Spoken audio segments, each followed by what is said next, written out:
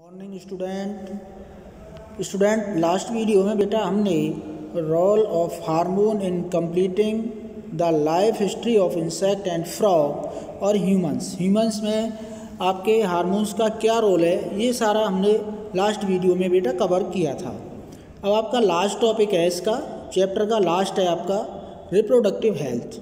Means जब आप adolescence age में होते हैं, प्यूबर्टी एज स्टार्ट होती है, तो आपके अंदर जो रिप्रोडक्टिव फेज है वो शुरू हो जाती है और उसके अंदर आपको रिप्रोडक्टिव फेज में या एडोलेसेंस एज में आपको अपनी जो हेल्थ है वो कैसी रखनी चाहिए। मीन्स जो आपको फूड है वो किस प्रकार से लेना चाहिए। यदि आप प्रॉपर फूड लेते हैं तो आपकी जो रिप्रोडक्टिव जो फेज है या एडोलेसेंस जो एज है वो आपकी क्या हो सकती है, बेहतर हो सकती है। अभी लास्ट वीडियो में हमने पढ़ा था कि आपकी जो प्यूबर्टी एज होती है वो 1-2 साल आगे या पीछे हो सकती है। तो क्यों हो सकती है? वो इसलिए हो सकती है कि आपकी यदि हेल्थ अच्छी है, ठीक है, तो एडोलेसेंस एज 1-2 साल पहले भी स्टार्ट हो सकती है। अगर आपकी हेल्थ अच्छा नहीं है तो आपकी जो रिप्रोडक्टिव फेज है या एडोलेसेंस एज है वो लेट स्टार्ट हो सकती है। तो यहाँ पर हम पढ़ेंगे रिप्रोडक्टिव हेल्थ। मीन्स जो आपका प्रजनन का जो समय होता है और स्वास्थ्य, उसमें क्या रिलेशन है। The physical and the mental well being of an individual is regarded as an individual health. यानी यदि कोई मनुष्य या कोई भी व्यक्ति यदि उसकी फिजिकल और मेंटल हेल्थ ठीक है तो वो क्या कर सकता है, वो उसकी इंडिविजुअल हेल्थ कहलाती है। To keep the body healthy every human beings at any age need to have a balanced diet. At any age का मतलब क्या, आप किसी भी एज पर हैं, चाहे आप एडोलेसेंस एज हैं, एडल्ट एज है या ओल्ड एज में हैं या आप चाइल्डहुड में हैं, तो आपको उस एज के अकॉर्डिंग क्या है बेटा, बैलेंस डाइट लेना ज़रूरी होता है। The person must also observe personal hygiene and undertake adequate physical exercise. और आपको क्या करना होता है कि आपको इस समय जिस एज में हैं आप, कोई सी एज हो सकती है आपकी, उस एज में आपको फिजिकल एक्सरसाइज भी करना बहुत ज़रूरी होता है। और आपकी पर्सनल हाइजीन भी, मतलब आप अपने शरीर की, अपने आसपास एनवायरनमेंट की भी क्या है, हाइजीन कर सकते हैं, साफ़ सफाई रख सकते हैं क्या, रखनी ही चाहिए। ड्यूरिंग एडोलेसेंस, इस एज में however these become even more essential as the body is growing. क्योंकि इस एज में आकर आप जानते हैं कि सबसे ज़्यादा जो ग्रो करती है बॉडी वो एडोलेसेंस एज में आकर ही ग्रो करती है। तो इस एज में आपको क्या है, एक्स्ट्रा केयर की ज़रूरत होती है और बैलेंस डाइट प्रॉपर लेने की आवश्यकता होती है। न्यूट्रिशनल नीड ऑफ एडोलेसेंट्स, जो एडोलेसेंट्स हैं, मतलब जो किशोरावस्था में प्रवेश कर चुके हैं, उनकी नीड क्या होती है, न्यूट्रिशनल नीड क्या क्या उनकी आवश्यकताएं होती हैं। Adolescence is a stage of rapid growth and development, बहुत तेज़ी से इसमें वृद्धि और विकास होता है। Hence the diet for an adolescence या एडोलेसेंट हैज़ टू, एडोलेसेंट का मतलब क्या है, व्यक्ति के बारे में जो उस एज में चल रहा है, has to be carefully planned, उसको पहले से ही अच्छी जो है डाइट के बारे में प्लान करना चाहिए। You have already learn watt a balance diet. Balance diet के बारे में हम अपने 6, 7, 8 समय में पढ़ा होगा आपने। तो बैलेंस डाइट क्या होती है, यहाँ आप डेफिनेशन देखेंगे कि आपके जो भी न्यूट्रिएंट्स होते हैं उनको राइट अमाउंट में लेना और उसके साथ क्या लेना है, एडिक्वेट अमाउंट में रेफ्रिजरेंट वाटर भी लेना होता है। तो आपकी क्या होती है, बैलेंस डाइट होती है। Recall that a balance diet means that the meals include protein, carbohydrate, fat and vitamins in the requested portion. यानी जितना आपकी बॉडी को चाहिए उस एज में, उसके अकॉर्डिंग आपका होना चाहिए। ये नहीं कि आप प्रोटीन ही प्रोटीन ले रहे हैं या फैट ही फैट ले रहे हैं। तो डेली आपको क्या है, एक प्रपोर्शन होता है उसका, कितने ग्राम ये न्यूट्रिएंट्स लेने हैं, उसी के अकॉर्डिंग आपको एक फ्लो चार्ट बनाना है डाइट का। Our Indian meal of roti and rice, dal, pulses and vegetable is a balanced meal.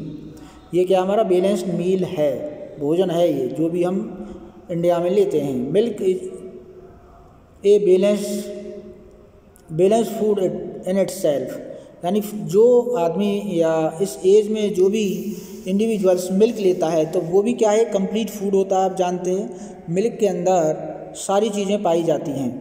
Fruit also provide nourishment, और इस क्या हमें जो है फ्रूट भी लेने चाहिए, क्योंकि फ्रूट भी हमको क्या है विटामिन्स उनसे हमें मिलती हैं।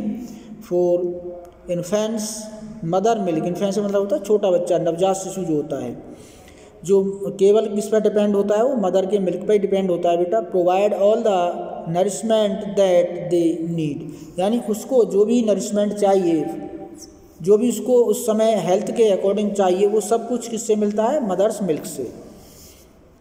ओनली इन्फेंट एज में iron, bulls blood and iron rich foods such as leafly vegetable, jaggery meat, citrus, Indian amla are good for adolescence, यानी इस एज में क्या है, जो आयरन को आपकी बॉडी में बढ़ाए, आयरन कंपाउंड के रूप में यहाँ पाया जाता है जो ब्लड के फॉर्मेशन में हेल्प करता है, तो उसके लिए आपको ये सारी चीज़ें दी हुई हैं जिनसे आपकी बॉडी में ब्लड बनता है। ये चीज़ें आपको खानी चाहिए। Check item for lunch and dinner in your meal, is the meal balance, हमको चेक करना है जब हम लंच लेंगे डिनर लेंगे कि आपका जो मील है वो बैलेंस्ड है या नहीं है, उसमें प्रॉपर न्यूट्रिशन है या नहीं है। Does it include cereal which give energy and milk, meat, nuts and pulses which provide protein for growth. तो ये सारी चीज़ें आपको बेटा डेली चेक करना है कि हमारी डाइट में है या नहीं है, जिनसे हमको प्रोटीन, फैट, मिनरल, विटामिन सभी मिलते हैं। Also does it include fat and sugar that give energy, क्योंकि हमें फैट से और शुगर से क्या मिलती है, एनर्जी मिलती है। What about fruits and vegetable which are protective foods, यानी फ्रूट्स और वेजिटेबल भी हमें खाना चाहिए, क्योंकि हमारे क्या है इम्यून सिस्टम को स्ट्रॉन्ग करते हैं, हमारी बॉडी के अंदर एंटीबॉडी डेवलप करते हैं, यानी हमारे बॉडी का जो इम्यून सिस्टम है उसको स्ट्रॉन्ग करते हैं। चिप्स एंड पैक और टैंट स्नैक्स दो वेरी टेस्टी, ये सारी चीज़ें जो हम खाते हैं, स्नैक्स वगैरह है, चिप्स वगैरह है, ठीक है ना, तो ये क्या है, टेस्टी तो होते हैं। Should never replace regular meals, ये नहीं है कि आप अपने डिनर की जगह, सपोज आपको डिनर करना है तो आप इन चीज़ों को खाएं, तो ऐसा नहीं करना है आपको। ये टेस्टी बेशक होती हैं लेकिन इनसे हमें कोई भी न्यूट्रिएंट्स बॉडी के लिए नहीं मिलता है। They do not have adequate nutritional value, इस पर लिखा होता है वैसे तो कि इसमें इतना फैट है, इतना ये, लेकिन उसके अकॉर्डिंग उसमें होता कुछ नहीं है ऐसा। तो आप क्या है, एक अपने खुद की एक बैलेंस डाइट का चार्ट बना सकते हैं। ठीक, एक्टिविटी यहाँ 5 में दिया गया है। Get idea from the pictures given in the figure 10.6, prepare charts और posters and paste them in the class so that you are aware of the diet for adolescent, मतलब जो है एडोलेसेंट बच्चा है उसकी डाइट के बारे में आपको पता होना चाहिए, और आपको एक चार्ट बनाना है सभी को। बच्चे चार्ट बनाएंगे, और चार्ट यदि आप बड़े पेपर पर बना देते हैं तो जो बड़ा चार्ट आता है उसको आप क्या है लैब में ला के लगाएंगे या अपने रूम में लगाएंगे, और डेली उसी के अकॉर्डिंग आप फूड लेंगे, जिससे आपकी एडोलेसेंस एज में क्या है आप प्रॉपर ग्रो कर सकें। ओके, तो ये आपके लिए ये सारी चीज़ें न्यूट्रिशनल डाइट दी हुई है। अब है पर्सनल हाइजीन। पर्सनल हाइजीन में क्या करेंगे हम, अपनी स्वयं की साफ़ सफाई कैसे रख सकते हैं। Everyone should have a bath at least once every day, यानी रोज़ाना आपको कम से कम एक बार तो नहाना ही है। It is more necessary for teenagers के लिए, टीनेजर्स मतलब 12 से 18 साल की जो एज है वो टीनेजर्स कहलाती है।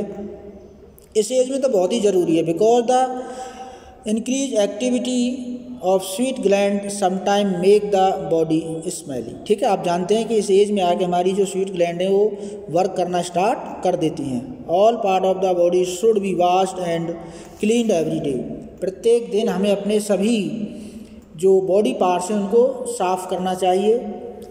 क्लीनिंगनेस is not maintain the there are chance of catching bacterial infection. उससे फ़ायदा क्या होगा कि हो सकता है जब आप डेली बात करेंगे, प्रॉपर नहाएंगे, किसी एंटीबैक्टीरियल साबुन में जैसे डेटॉल वगैरह आते हैं, तो हो सकता है आपकी बॉडी पे कोई भी बैक्टीरियल इन्फेक्शन ना हो। Girls should take special care of cleaning during the time of the menstruation flow, क्योंकि जो गर्ल्स होती हैं उनके, अभी हमने पढ़ा था लास्ट वीडियो में कि 28 और 30 का उनके एक पीरियड होता है मंथ में एक बार। तो उनको उस समय जब मेंस्ट्रुएशन साइकिल होती है तो उनको उस समय बहुत ही एक्स्ट्रा केयर लेने की ज़रूरत होती है, और अपने जो बड़ी बहन हैं या मदर हैं उनसे उनको परामर्श लेना चाहिए इस दौरान, ठीक है। They should check track of their menstruation cycle and be prepare for the one side of menstruation. Use sanitary napkin और cleaning homemade pad, change pad after every 4 to 5 hours as per the requirement. जैसी आपकी requirement हो इसके according आप 4 से 5 घंटे में अपने पैड को चेंज कर सकते हैं। फिजिकल एक्सरसाइज, हम जानते हैं कि हमको फिजिकल एक्सरसाइज भी इस एज में करनी चाहिए, क्योंकि जितना आप फिजिकल एक्सरसाइज इस एज में करेंगे आपकी बॉडी मसल्स और ग्रोथ, बोन्स की ग्रोथ उसी के अकॉर्डिंग अच्छी होगी। Walking and paying in fresh air keep the body fit and healthy. यदि आप खेलेंगे और फ्रेश हवा में घूमेंगे तो आपकी जो बॉडी है फिट एंड हेल्दी रहेगी। All young boys and girls should take walk, exercise and play outdoor games, यानी घर से बाहर भी गेम खेलना चाहिए। एक यहाँ पे इसको हमें पढ़ना है बेटा, बहुत ही इंपॉर्टेंट है। माइथ एंड टैबूज डज और डज नॉट, यानी कुछ बुराइयां हैं और कुछ वर्जित कार्य हैं। मीन्स जब आपके मेंस्ट्रुएशन साइकिल स्टार्ट होती है, आप एडोलेसेंस एज में इंटर करते हैं, तो वहाँ पर कुछ बुराइयाँ, कुछ वर्जित कार्य होते हैं। क्या साइंस उन्हें मानती है? क्या ऐसा होना ज़रूरी है? क्या ऐसा करना चाहिए? तो यहाँ पे वही दिया गया है, यू हैव लर्नड हेयर, आपने यहाँ लर्न किया है। And from chapter 9 scientific fact related to human reproduction, there are many wrong notion which you should able to discard as information informed adolescent। यानी यहाँ पर जो भी ऐसे वर्जित कार्य हैं, जो बुराइयाँ हैं, हम यहाँ पर उनको क्या है डिस्कार्ड करेंगे, मतलब उनको नहीं मानेंगे यहाँ पर। For example, there are myth and taboos regarding body change that adolescents experience, जो की जाती है इस एज में। Some of these are given below. You can now argue why these are myths and not fact। क्या ये बुराइयां हैं वास्तव में सत्य है? तो a girls become pregnant if she looks at boys during menstruation. जब गर्ल्स को मेंस्ट्रुएशन साइकिल हो रही होती है, मीन्स मंथ में उसको एक बार होती है, जिसको हम डेट भी कहते हैं, यदि वह उस समय किसी लड़के को देख लेती है तो क्या वो प्रेग्नेंट हो जाती है? ये बिल्कुल गलत है, बिल्कुल रॉन्ग है। The mother is responsible for the sex of the her child, ये भी हम पढ़ चुके हैं कि मदर सेक्स के लिए डिपेंड नहीं होती है। मीन्स वो सेक्स डिटर्मिनेशन के लिए, यह लड़का है लड़की है, बॉयज या गर्ल्स है, वो किस पर डिपेंड करता है? फादर पर। A girl should not be allowed to working in the kitchen during menstruation. यदि किसी बच्ची को मेंस्ट्रुएशन साइकिल है या हमारी माता बहन को मेंस्ट्रुएशन साइकिल हो रही है, क्या उसको किचन में नहीं जाना चाहिए? तो ये भी सब भ्रांतियाँ हैं। ये एक साइंटिफिक प्रोसेस है जो होता है, इससे किचन में जाने का कोई रिलेशन नहीं है। You may come across many other math and taboo discard them. ऐसी बहुत सारी भ्रांतियाँ हमारे समाज में फैली हुई हैं जिनको हमें नहीं मानना होता है। ओके, नेक्स्ट है कि जब भी कोई प्रॉब्लम होती है तो हमारे जो एडोलेसेंस बच्चे होते हैं, ठीक है, और या बच्चियां होती हैं, उन्हें थोड़ी सी भी प्रॉब्लम होती है तो क्या है, इस समय ड्रग्स का यूज करते हैं। ड्रग्स का मतलब मेडिसिन्स का। तो हमें इस एज में वो नहीं करनी चाहिए, क्योंकि हमारी बॉडी में जो चेंजेज हो रहे हैं डिफरेंट टाइप के, उन बॉडी चेंजेज की वजह से हमारी बॉडी में कुछ ना कुछ प्रॉब्लम हो सकती है। बट आपको उस समय कोई भी मेडिसिन नहीं लेना है। अगर मेडिसिन लेना है तो आप प्रेस्क्राइब डॉक्टर जो हैं, ठीक है, उनसे ही मेडिसिन का यूज करेंगे।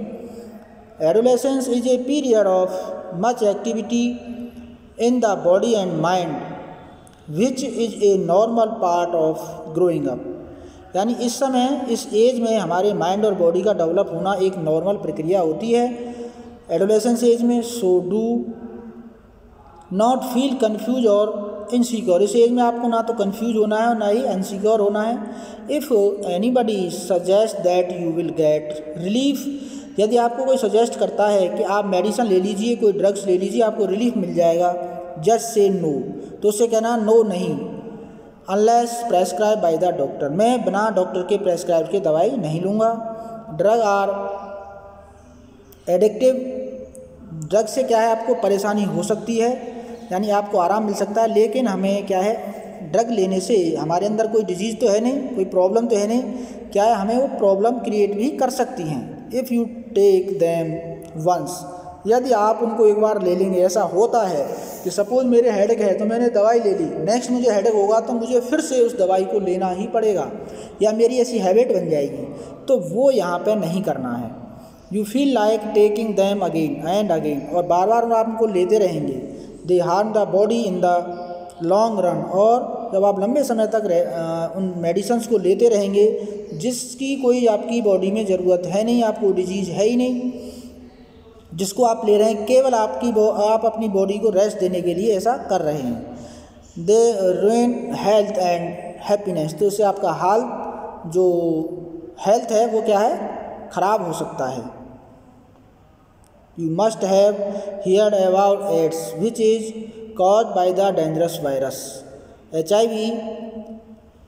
This virus can pass on to a normal person from an infected person by the sharing the syringe used for injecting drugs।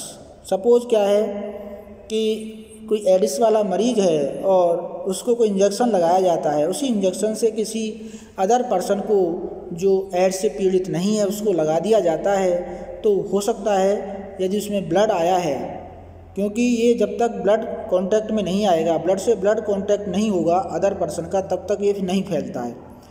तो हो सकता है उसको क्या है सिरिंज में अगर ब्लड आया है तो दूसरे पर्सन को भी क्या है HIV होने के चांसेस हो जाते हैं। It can also be transmitted to an infect, तो ये आपके बच्चे में भी जा सकता है। इन्फेंट में मतलब बच्चे में। From the infected mother, suppose आपकी मदर इन्फेक्टेड है HIV से, तो उसके बच्चे में पूरे चांसेज हैं HIV आने के। Through her milk the virus can also B transmit through the sexual contact with a person infected with HIV। Okay, next है आपका एडोलेसेंस प्रेगनेंसी। एडोलेसेंस प्रेगनेंसी क्या होती है? जब हमारे जो सुप्रीम कोर्ट का आदेश है, आप जानते हैं हमारे कंट्री के अंदर जो लीगल मैरिज एज है वो गर्ल्स में 18 ईयर्स है और बॉयज़ में 21 ईयर्स है। इसके पहले हम क्या है शादी नहीं कर सकते हैं, और यदि हो भी जाती है तो उससे क्या है माँ और बच्चे दोनों के हेल्थ के लिए क्या है खतरा होता है। इसीलिए हम एक एज पर आकर ही जब हमारे रिप्रोडक्टिव ऑर्गन पूरी तरह से मैच्योर हो जाते हैं और माँ गर्भ धारण करने के लिए तैयार हो जाती है, मीन्स अर्ली मैरिज, जब कि आप मैरिज जल्दी कर देंगे तो मदरहुड कॉज हेल्थ, तो उसको क्या है मदर को प्रॉब्लम हेल्थ संबंधित रहने लगेंगी और ना ही उसके बच्चे क्या है प्रॉपर हेल्थ रहेगी उनके बच्चों की। तो इसीलिए क्या है कि हमें एक एज पर आकर ही जो 18 ईयर्स है 21 ईयर्स है उसके बाद ही बॉयज़ और गर्ल्स की क्या है मैरिज करनी चाहिए। Okay, thank you.